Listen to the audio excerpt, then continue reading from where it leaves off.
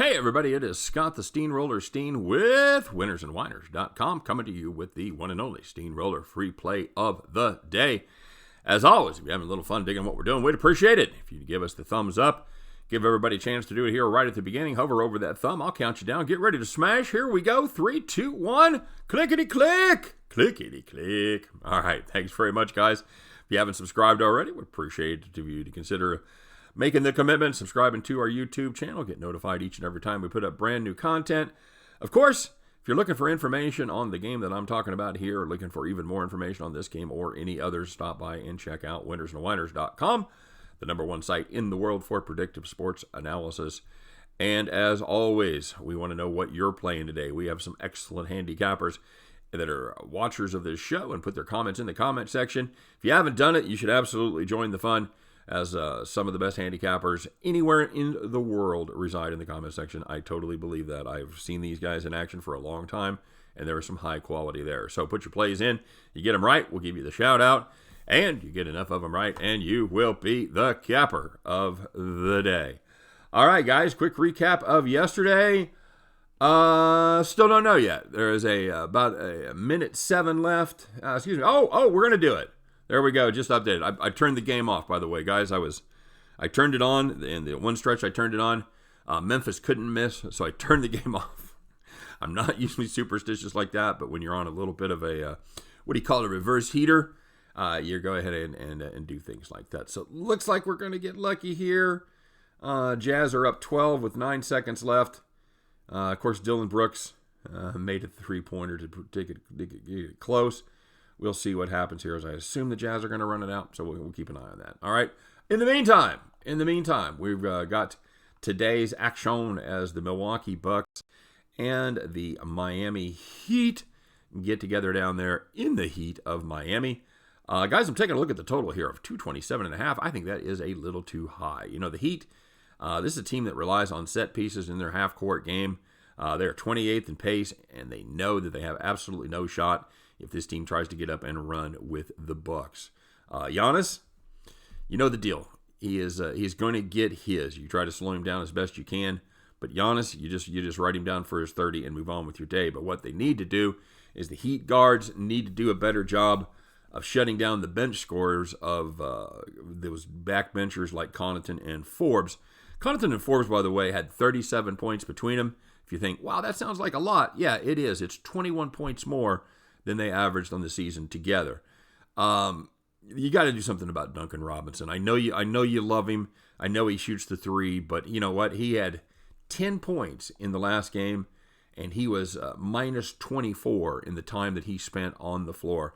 Duncan Robinson absolutely could be the worst defensive guard in the NBA. If you got a worse one, let me know who it is. I'd love to see it. Put in the comment section who you think plays worse defense at the guard position than Duncan Robinson. Because I could be wrong. There could be somebody I'm not thinking of, but he certainly leaps to mind. Anyway, you got to get his ass out of there. He had 10 points. He was 2 for 6 from 3, and he made 4 free throws. Woohoo! You know, this is a guy that shoots from two-point land about 10 times a year. If he's not going to make threes and he's not going to defend anybody, not sure why he's playing in there. I could do that. I could literally not defend somebody and not make any threes. So you've got to get him out there. You got to give Dragic a little more time. I know Dragic is no great shakes on the defensive side either, but he's certainly a vast improvement over Duncan Robinson. So if anybody on the Heat needs any more advice from me, you know, be sure and hit me up. Shoot me a DM. But what happens, you take Robinson off the floor, and it certainly helps the case for the under because, number one, you get a better defender, and number two, you get the player out of there who has the opportunity to, like I said, be the human microwave. You know, you've seen him go on those 5-minute stretches where he knocks down 3 or 4 three-pointers and totally turns the game around. It will limit those opportunities. This is a Miami defense that made their bones last year. They haven't been quite as good this season, but they have been better in the second half. And surprisingly, both these teams are actually very good on the defensive side as far as defensive efficiency goes. The Bucks rank 7th, Miami ranks 8th, and the Bucks, like I said, they have run more half-court sets in the second half of the season, and consequently, they've seen the under cash 11 times in 17 games against teams with winning records. I think this game looks a lot more like Game 1 than it does game 2. I think at home, I think Miami will limit the opportunity for the Bucks. I don't see Miami getting much going on the offensive side of the ball. I think they max out somewhere in the neighborhood of 108 to 110. I think that still gives us plenty of meat on the bones to hit that under. Give me the Miami Heat Milwaukee Bucks under 227.5. And at the end of that one, you guys can join me as we pick up our winning tickets and head back to the window.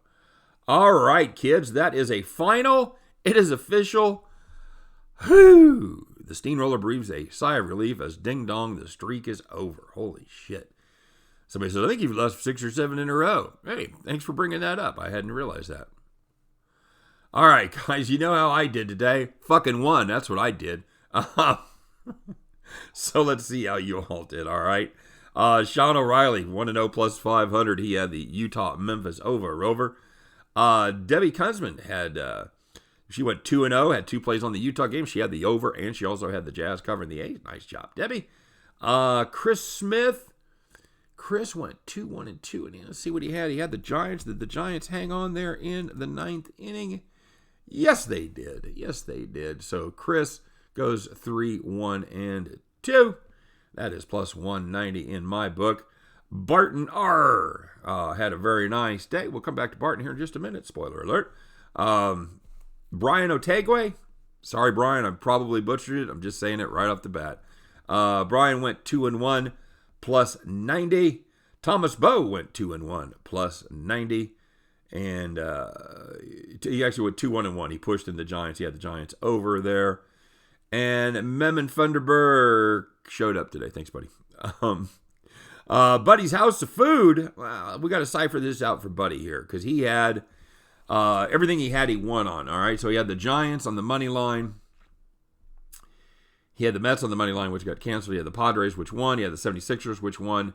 He had those 3 for 1 unit each, and then he had a parlay. So we'll give him a 3-teamer there. It was plus 600, and we'll call that plus 910. How about that? All right, there you go. Yep, nice job, buddy. And Brian Otegwe, like I said, he went, it was a Barton R. Went 1-0 plus 670. I thought that was going to be the capper of the day, but it's not. So he had a 2-team money line parlay.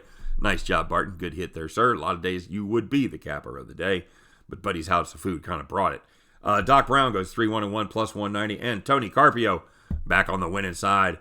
He went 1-0 plus 500. He had the Utah Jazz over. But, like I said, Buddy's House of Food, that's a clean sheet right there, brother. Everything that got played today, you won it. Went 3-0 on his straight picks and hit a 3-team parlay. We'll call on that. We are calling that plus 900.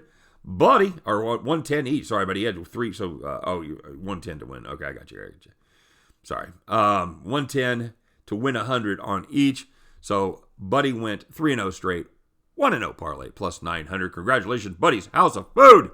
You, my friend, are the capper of the day. Well done. Well done to the rest of you. Let's keep it rolling. Let's keep that momentum going. Go out there and make a little money. Have a little fun. Wish you guys good luck. Hope every ticket in your pocket turns into cash money back there at the window. All right? Guys, have a great day, and we'll see you tomorrow. Peace.